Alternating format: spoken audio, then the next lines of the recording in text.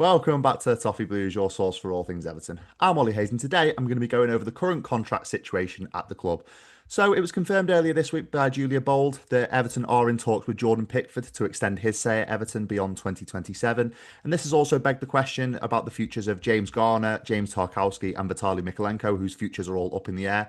So today in this video, I'm just going to be going over their various situations, what I think about their contract situations, if I think they should be given an extension, and also giving my thoughts on the news about Jordan Pickford signing a potential contract extension. So we might as well start with England's number one and Everton's number one. This one is an absolute no-brainer for me. His current contract does end in 2027, so I think we do need to tie him down just to deflect any interest in the next summer.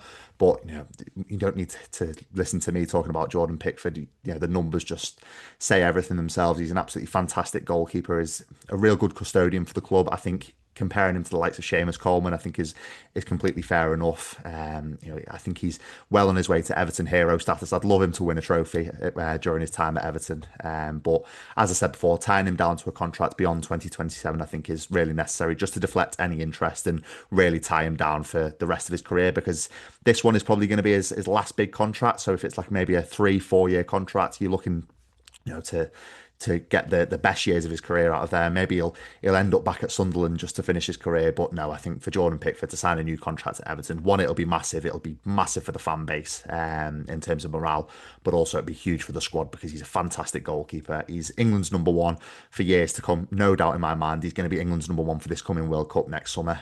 So Jordan Pickford, absolutely delighted to see the news that he could be signing a new contract. And it begs the question, really, why he's actually stayed with Everton all these years, because he's really dragged us through some difficult times. We've had some really dark relegation battles, but it's clear to see that he just absolutely loves the club, loves the fan base, and loves Everton Football Club. So long may it continue, but my thoughts is it's an absolute no-brainer to sign Jordan Pickford to a new contract. But moving away from that now and moving to James Tarkowski, signed in 2022 under Frank Lampard on a free transfer. So he is on relatively high wages for his sort of stance in the squad, but maybe for this one I'd look to maybe do like a 2 year option, a 2 year deal with an option maybe of a third. He will be 33 in November, so that is sort of when you get over the crest of your career and start to maybe lose those legs a little bit. But he is still a very high earner in the squad, and I do think I'd maintain that for now. I'd maybe reflect that in his next contract, because he is still in the starting 11, playing week in, week out. I think with Everton, we look the most strong with Jarrod Branthwaite and James Tarkowski playing together, with Jake O'Brien at right back. That's mainly because maybe Branthwaite and O'Brien haven't had time to forge a partnership yet, because James Tarkowski has just been so consistent. But he has been one of the most consistent players for Everton since 2022. And I was so glad that he did sign. I think it was Aston Villa at the time that were sniffing around him. It was Steven Gerrard's Aston Villa. So Frank Lampard did a very good job to get James Tarkowski over the line. So I was absolutely buzzing to see him sign. But he has been a real good custodian for the club. So I think for this one, it's pretty imperative to sign him down to maybe a 2 year deal with an option, or maybe a 1 year deal with an option. I think that's probably fair, and I think he's earned it in my opinion. But for the nasty injury that he got against Manchester City last season, he's been really consistent, and he's showed that he can keep up with the pace of a lot of Premier League attackers, which is quite a good trait to have. But also it's something that's quite rare to see once you get post like past 31, 32 as a centre half. So for James Tarkowski, I think he's massively earned a new contract, and I think I'd still maintain him as one of the highest earners, just due to how solid he has been, how consistent he has been, and how vital he is to our current starting 11, playing week in, week out. So with James Tarkowski, that's what I'm thinking. I'd definitely give him a contract. I think that's an absolute no-brainer. But you probably wouldn't want to give him as long as a contract to say of Jordan Pickford, just purely because playing as an outfield player, playing as a centre half in the Premier League, once you do lose that yard of pace, it can really come back to bite you. But moving to James Garner now, this is another weird one.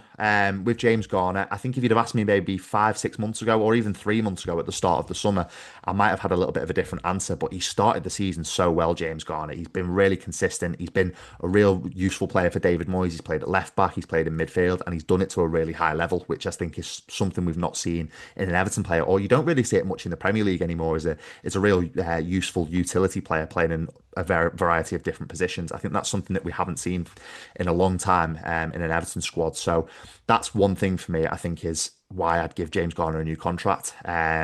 secondly, I think we're now seeing the James Garner of old. We're seeing what we saw at Nottingham Forest. I think when we all signed James Garner, we all thought he'd be a massively creative player. You saw the type of crosses, even in the playoff final, for example, when Nottingham Forest got promoted against Huddersfield Town.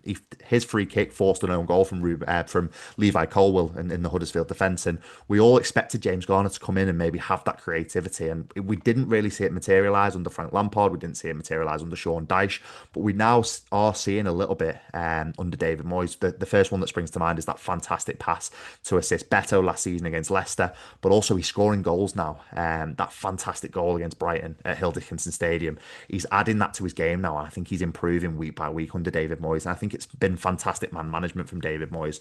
Also, as well, he's getting into the last year of his contract. He's a key asset. He's 25 years old. There's not many times that a 25-year-old in the Premier League, an English player, is going to walk away on a free transfer. That doesn't happen. I think that the Freaking Group are going to look at this as he's an asset. We can get money out of him if he doesn't really reach the heights we want him to.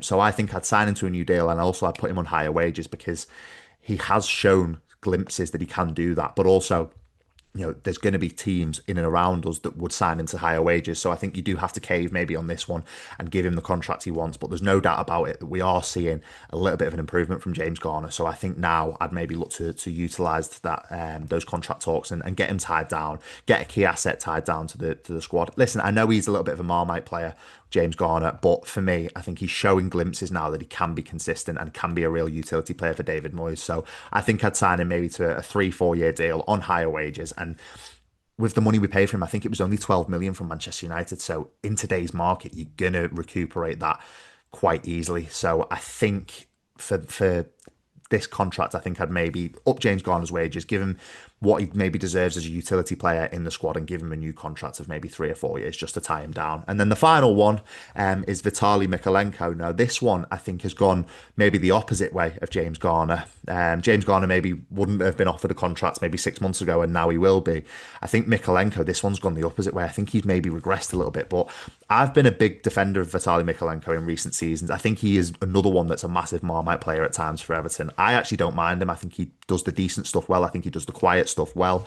I think if you look past the sort of bright lights of the Premier League and what fullbacks are in the Premier League these days, I think he is just a solid defensive Premier League fullback. I don't think he offers much more going forward. I think it's something that he has added to his game in recent seasons. I know under Frank Lampard, I remember trying to see him attack as an attacking fullback, and he really, really did struggle. And then under Sean Dyche, he looked a lot better because he was literally just told to defend. So I don't know. I'd maybe look to sign Mykolenko to a new 2-3 year deal. Again, similar to the James Garner circumstances, just to tie down the asset. You can't have a player like that you've paid £18 million for in today's market walk away on a free. I think there's plenty of rumours flying around in the summer that he was he's subject of a bid from Serie A. I'm not sure how true they were. But for me, I think I'd look to sign maybe Vitaly Mykolenko to a new 3 year deal. And if he doesn't really bear the fruits that we want him to and really kicks on in the next couple of seasons, and Adam Asnou displaces him maybe as he sort of plies his trade more. Listen, he's only 19 years old, so we're still yet to see the bulk of his progress, Adam Asnou, in football at all. So he could kick on in the next 6 to 12 months, Adam Asnou, and displace Mykolenko from the side. So for me, I think I'd maybe look to sign Mykolenko to a new deal just to secure the asset, similar to James Garner. And if he doesn't kick on, I'd maybe look to cash in the next 18 months or so if we do go on a different trajectory and do need a better player at fullback. But one thing is for sure, I do think we need to massively address fullback. Maybe we can't do it in January because January is such a short window, but definitely next summer, I think right fullback and left fullback massively needs to be addressed in the transfer window. But that is my thoughts on the contract situation currently ongoing at Everton. Obviously, as we know, Julia Bold earlier this week told us that Jordan Pickford was in talks to sign a new contract. But there are my thoughts on Pickford, Garner, Tarkowski and Mykolenko's contract situations all up in the near future. Let me know your thoughts in the comments about my takes on the contracts, and I'm sure people will have a few different opinions, certainly on Vitaly Mykolenko, but it's all good debate. Let me know your thoughts in the comments. But that is all from me today. Make sure you like, comment and subscribe, and I'll speak to you soon.